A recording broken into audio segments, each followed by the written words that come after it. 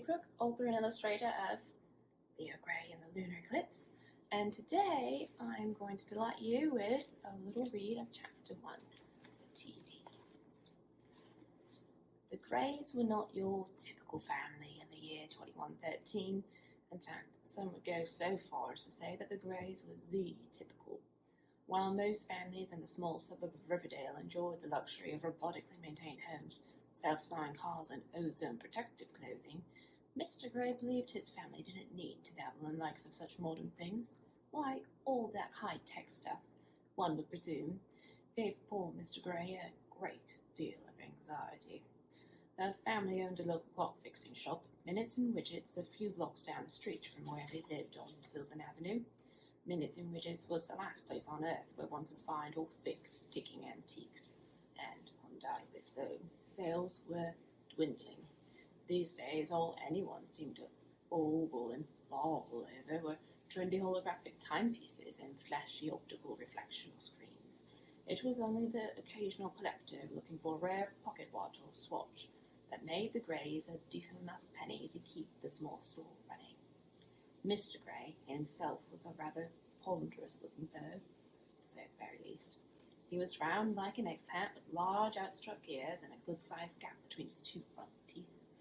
Mrs. Gray, on the other hand, was shaped more like an onion, or pumpkin, as some would insist.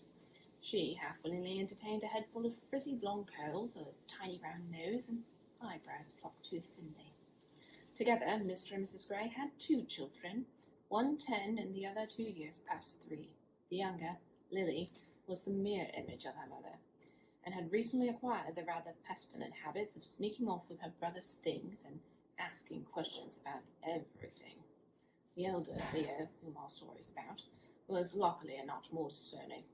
He looked more like his father, however, fortunately lacked most of his more prominent features. Leo, instead, was shaped lean like an asparagus, with possibly too much messy auburn hair, a freckle-spotted nose, and eyes the color of mercury. His favorite hobby, when he wasn't reading books on science, physics, and astronomy, was bicycling. As far as the Greys being Z-typical was concerned, Lily was much too little to notice a thing, but Leo, unfortunately, was perfectly old enough to be horribly embarrassed by his parents' non-modernity. It was, after all, their fault he was considered strange at his school, St. Margaret's Academy. No one else's parents that he knew of used a dishwasher, vacuum, or sewing machine. None of them lived in a wooden-paneled home, trimmed their grass with a lawnmower, or drove a yellow beetle from the 1960s either.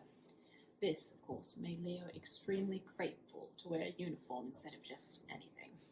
He could hardly imagine what source of taunting he would have been subject to showing up to public school in blue jeans and cotton tees from 2013.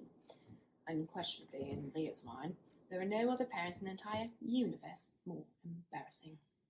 Cheetos or Doritos? That is the question, said Mrs. Gray undecidedly, while peering at the family's ridiculously fat and smushed-faced Persian cat for an answer that dull Friday evening. As predicted, Mrs. Kisses was in no mood to respond to such stupid questioning. She instead strutted over to her litter box in the corner of the black and white tiled kitchen to mind her own business. Cheetos it is, then, said Mrs. Gray. She stood on her tippy toes and pulled out the crinkly plastic bag from the cupboard, when just then a brush of hot air filled the kitchen from the breezeway as Mr. Gray walked in. "Any word on the election?" he inquired sternly. He tossed his bowler hat clumsily across the kitchen table as the garage door slammed behind him, scaring the cat straight out of her box. "Oh, no news yet, I'm afraid," sighed Mrs. Gray. She greeted her husband with a wet, sloppy smooch and proceeded to make her way into the living room. "Just the same old on the daily grief. Talk of another tree burglary down on 7th Street. Who knows what street they'll hit next," she gossiped. "At least you and I are fortunate enough to still boast a live and living shrub without means of atrocious porky wire or laser tape. And no," she thought to test, trying to sound inconspicuous, "more to do about that new city inside the moon." Mrs. Gray waited pensively for a response, but all that came from her husband was a humph and an unimpressed scowl. Talk of the moon was always a touchy subject with Mr. Gray. But regardless, there was something pressing on Mrs. Gray's mind that had to be dealt with tonight. other than the meowing that beckoned from beside the pea-green recliner. "Want a mini-micey wicey, have we?" faltered Mrs. Gray.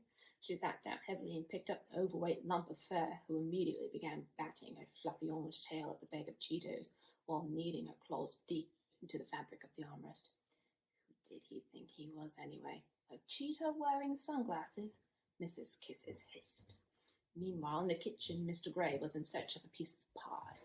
He was dreaming of a piece of apple, key lime, or maybe even banana cream, all of which sounded extremely tasty, as Mr. Gray was reasonably famished from a very long and boring day at work. No customers, no sales, no anything. Just the sound of ticking clocks aging. He very quickly replied to Mrs. Gray's gossip.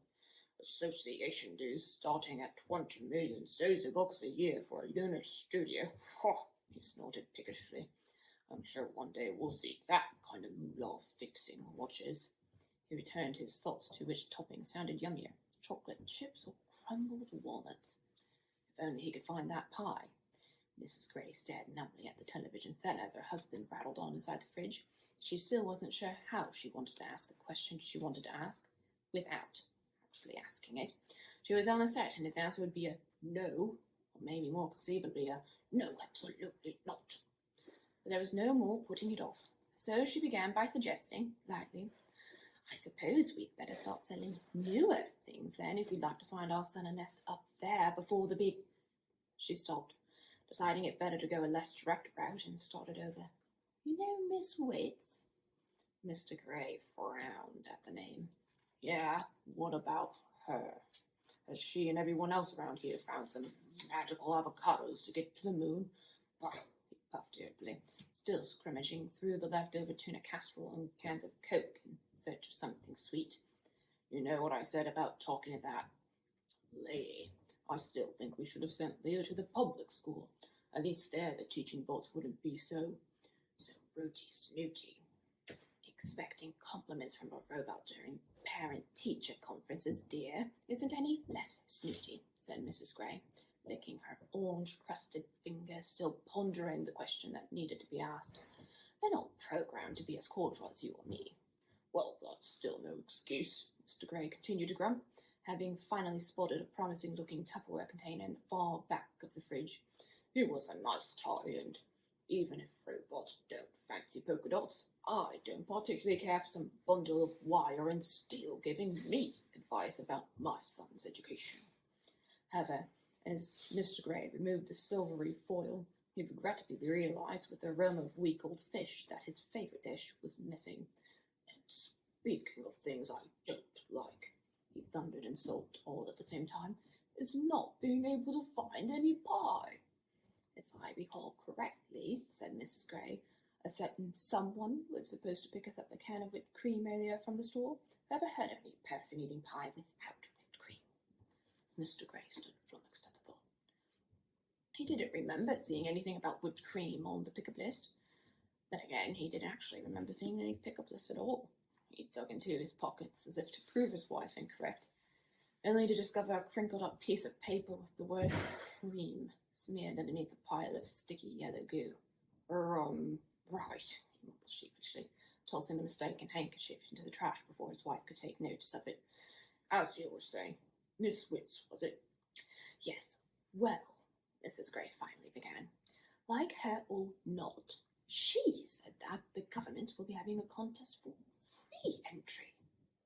"Contest?" Mr. Gray choked a little, nearly toppling over the carton of extra% fat milk as he poured himself a bowl of frosted flakes.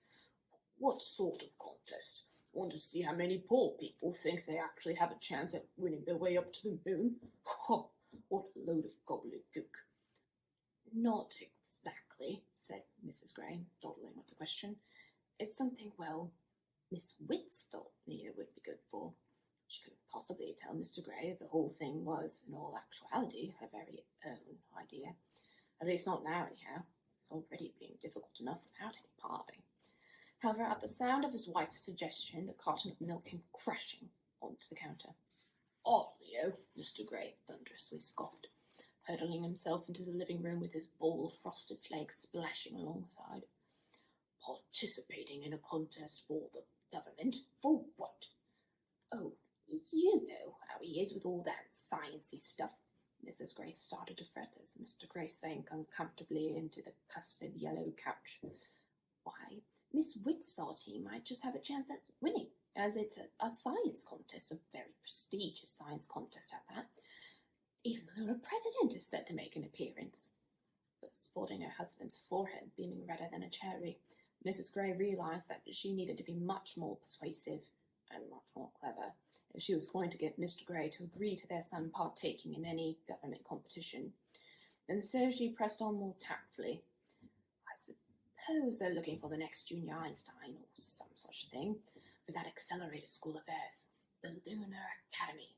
I mean, wouldn't it be nice if Leo won and he could at least get his ticket up there to Lunar City before, well, you know what they've been saying about the big... With that, Mr. Gray rose swiftly to his feet, wildly waving his beefy pointer finger in front of the television as an ad for condos inside the moon shot across the screen.